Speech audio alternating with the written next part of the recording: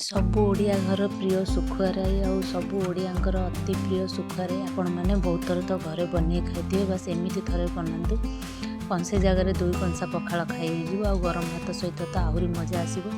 देखिपे कलरटा केते सुंदर हो बास्ना बहुत बढ़िया होता आपण मैंने बनईकिना खातु और कमेंट सेक्शन में मतलब निश्चिंत कमेंट कर कहतु जदि मो वीडियोटी आपको भल लगी था गोटे लाइक कमेंट शेयर सब्सक्राइब निश्चिंत करेंगे और मो फेसबुक पेज रे देखुली मो फेसबुक पेज को निश्चिंत गोटे फॉलो करेंगे। चलतु स्टार्ट करवा वीडियोटी। प्रथम मु किसी सुखुआ को भल से धोईकिना छोट छोट पीस कर काटी रखी एपटे मु गोटे गैस ऊपर पैन बसईदेली पैन टी गरम होगा सोरष तेल देदेली और काटी रखी सुखुआ को दे एमती 2 ରୁ 3 मिनिट गैस फ्लेम को मीडियम रे रखी भाजीदेवे। एपटे सुखुआ भाजी हो मुझे मसला रेडी कर देती कंचा लंका सोरिष रसुण पियाज गोटे बढ़िया फाइन पेस्ट ग्राइंडिंग करनी एवं सुखुआ जेहेतु मोर टिके भाजी होगा से किसी हलदी पाउडर दे दूसरी हलदी पाउडर देलापर आपड़ एमती भल भाव 2 ରୁ 3 मिनिट टिके घाटी एपट सेपट कर जहाँफल हलदी पूरा सुखुआ सहित बढ़िया से गोटे कोटिंग हो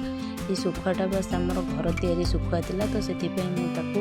एमती ही बहुत समय टिके भाजुली तो एपटे जो मसला पेस्ट करी मसलार पेस्ट दे दूसरी मसला पेस्ट देलापर